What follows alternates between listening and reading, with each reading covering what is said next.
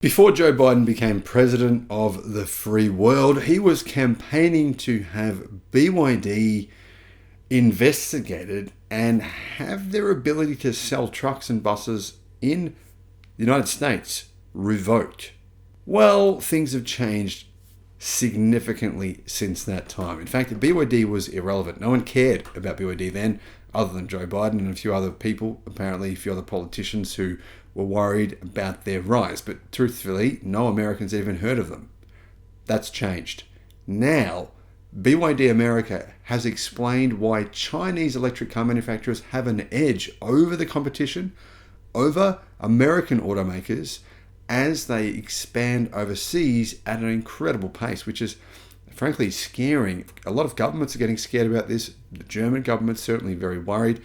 And it's putting the fear, literal fear of this automotive expansion into EVs into many, many officials and politicians worldwide. Hello, my friends. Welcome to the channel. Great to see you. Thank you for tuning in. I'm Sam Evans. You're watching the Electric Viking. So what are BYD America saying? Now, a lot of people don't realize this, but BYD have a significant workforce in the United States. In fact, they have thousands of employees who make electric buses and trucks in the US. And this is a pretty big market. They make school buses. In fact, BYD have some big plans for the United States. I believe those include selling electric cars. But today, they have a factory that assembles those vehicles already, and they've been doing so now for, I believe, around 20 years. BYD is very different to many automakers. 50% or about 52% of their vehicles that they sell are electric. The rest of them are plug-in hybrids. BYD America's CEO, Stella Lee, believes the company has an advantage, a big one. And I think she's right. BYD, at the launch of their affordable Dolphin electric hatchback in Brazil and I believe Mexico as well, talked about Chinese EVs and their expansion. Now, it's worth taking into context the fact that in the month of July and the month of August, BYD was the fourth best-selling car brand worldwide, but they were only 1% behind Honda. From what I can tell, sales numbers, preliminary sales figures in the month of September suggest that they were actually the third biggest automaker in the world in September. That's insane. I mean, BYD were just a bit player only a couple of years ago. And they're only now essentially third behind Toyota and the Volkswagen Group. A Chinese car, she said, wants to give them extra value in the interior design, extra value on innovation and high technology, she said. And she also mentioned that it's believed the perception of Chinese consumers is that legacy automakers are not building high-tech vehicles, or at least if they are, they're charging too much for them. Lee gave the example of the BYD Dolphin. BYD launched the Dolphin EV in Mexico last week, and it's actually been the third best-selling electric car in the world this year. It starts at a price of $31,000 in Mexico. And the Dolphin is BYD's fourth all-electric model in the region. It sells 4 different EVs now in Mexico. Those include the Tang SUV, which is quite a large electric, about the size of a Tesla Model X. They also have the Yen Plus, which is the Atto 3, which was introduced in June. Now, it comes with a fairly low-power 70 kilowatt or around 100 horsepower motor. It's got a 45 kilowatt BYD Blade battery, and it has class-leading efficiency, claimed BYD, of 11 kilowatt hours per 100 kilometers, meaning it's actually a very efficient car. Part of that, of course, is the battery. Despite the affordable price tag, when you open the door, she said, it's not cheap. Now, I don't completely agree with that. I believe the interior of the Dolphin, and in fact of the Atto 3, I wouldn't say it's budget, but it's not exactly nice. I owned an Atto 3. I wasn't really a fan of the interior. I don't think it's bad. It just doesn't have the same style. You can find, I think, better styled and slightly nicer interiors on like $8,000, $7,000 EVs in China. I think it's not one of BYD's better efforts. But I think I take her point to say that in general, BYD's interiors are definitely improving. And certainly for the price, they're not bad.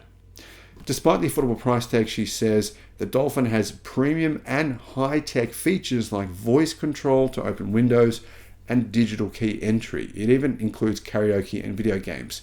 My personal impression of the software and the digital technology in BYD vehicles, and many journalists would agree with this, in fact they do agree, is it lags behind the competition. Not all competition, but certainly quite a number of EV manufacturers in China have better software and better technology, not in terms of batteries and motors, but in terms of the actual digital experience. This is pretty much an accepted reality in China. However, that said, they're more expensive, usually. Like NIO, for example, their EVs are significantly more expensive than BYD.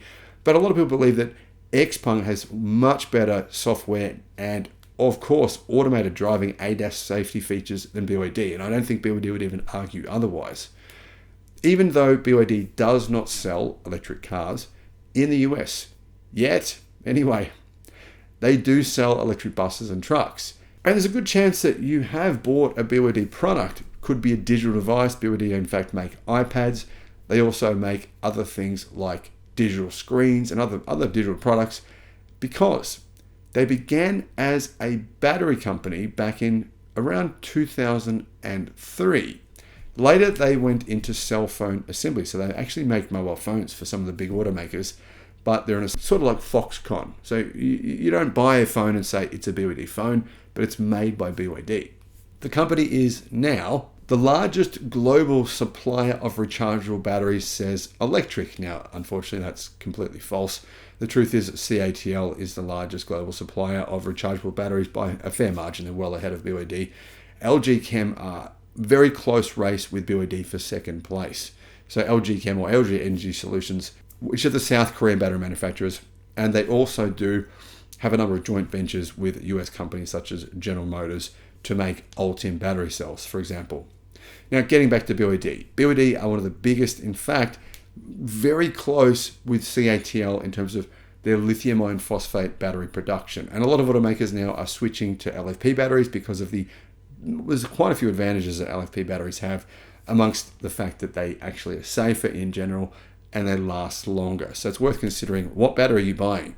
Remember, the battery in your car is about 40% of the cost of the car. So if you're buying a luxury car and it doesn't come with a good battery, what are you really paying for? It's worth thinking about that. The other thing worth considering is this. BYD sells batteries to Tesla. So the Tesla Model Y, now that you can buy, the standard range model that you can buy in Europe, comes with a BYD Blade battery. And they also sell batteries to Toyota, Kia, and Mercedes have recently announced that the Blade battery will be going into the new CLA, which is essentially a ground-up built EV from Mercedes, which looks really good, actually. BYD said this: "We are more like an engineering company with 10% of staff being engineers and 11 patents per day being produced." Now, it's true that BYD have more patents than any other car company in the world over the past 10 years. In fact, they have more than twice as many patents as Tesla. They've got the most patents in the world for battery packs. Personally, I don't think that says a whole lot. I mean, yeah, it means they're doing a lot of stuff on batteries, and their batteries are really good. But having insane numbers of patents is not really that relevant. I mean, Toyota has a ridiculous amount of patents, and they use very few of them. But clearly, Toyota doesn't have what BYD has. And if you look at the technology that BYD has, it's far ahead of Toyota. They're not even comparable in terms of their ability to build cars efficiently, ability to build EVs efficiently, ability to build battery packs, their battery technology, their electric motor technology. It's miles ahead of Toyota. BYD has transformed into a vertically integrated company, and they're clearly a bit more vertically integrated than even Tesla are. The automaker has specific divisions for every component, like telematics, assembly, and air conditioners. And this has enabled all components in BYD's Dolphin, except the tires and windows, to be made entirely in-house. Meaning, that keeps the costs down for BYD. They can make these affordably. They sell them for around $15,000, in fact $14,000 in China. They still make a profit. That's pretty staggering when you hear companies like General Motors say they can't make a car for $30,000 to $40,000, which is electric, that they can make a profit on until around 2027, I think they said. So this vertical integration also solves a lot of problems that traditional automakers have had. Since around the 1960s, and especially into the 70s and 80s, the world's biggest car companies began to outsource. So around 50% of the car they have been outsourcing now for the last 20 to 30 years, meaning lots of challenges trying to integrate parts from all these different suppliers. And of course, warranty recalls, big time warranty recalls. Now, BYD believes, and so does Tesla, that the best way to make an EV is vertical integration. Make the parts yourself, integrate them into the same car or from the same company. They work together well. I agree with them. I think that's a really good point. Companies now are starting to say, well, actually Tesla, who made that point, were correct. They mocked Tesla initially. Our vertical integration, it's not a good idea. There's reasons we don't do that. The automotive industry doesn't do that for a reason, blah, blah, blah, blah, blah, blah, nonsense. And now, of course, they've completely changed their tune. Now, one of the big benefits for having vertical integration is avoiding supply chain disruptions. We can clearly see the rise of BYD happened when everyone else, except Tesla, was struggling with their supply chains, with getting enough chips, with getting enough parts. They were Ford saying they didn't have enough badges, all kinds of stupid stuff like that. And BYD wasn't having these issues. They're disrupting these other companies at the same time that those companies are saying supply chains are causing us stress, drama, problems. The average automaker takes around 4 years to develop a new car from scratch to a finished project. BYD say it takes 18 months. And they've just revealed 2 more electric cars, big ones, one fully electric SUV and one plug-in hybrid electric SUV within the last few weeks. They're now on sale. BYD is just rolling out EVs. I don't really think this strategy is necessarily the right one, but they certainly are very capable of producing new models at a staggering pace that we've never seen anyone in the automotive industry just release model after model after model, and for them to actually be good. Generally, car companies that do this, they make crap cars. Like in China, this is common for crappy manufacturers. But a company making good cars and rolling them out this quickly and with so many different models and so many choices, you've got to say, if you're Toyota, you've got to be thinking, whoa, they're doing what we do, but faster and better. When compared to the Vietnamese EV maker VinFast, who I think are a bit of a joke, Lee said this: the advantage we have is the Chinese market is very, very competitive. China is the toughest market, but we are the winner. We use this as a platform for our globalization plan. We plan to take over the world. We will dominate and put everyone else in their place. I'm exaggerating, she didn't really say that. But I mean, ultimately, BYD are pretty well putting into place their plan and achieving it. She said, every car we bring overseas, we are the winner. We beat every competitor in the Chinese market, which is the toughest market. Now, I think there's some pretty healthy dose of exaggeration here. I mean, BYD, yeah, they're doing really well in China. They're now the biggest car maker in China, but they're not dominating in anywhere near that fashion. 28 million cars are sold per year in China. BYD's percentage of that market is still relatively small. It's still, around 5%. BYD is, though, expanding rapidly in China and, of course, overseas. Part of the reason for this is their ability to make EVs at a much lower price than the competition.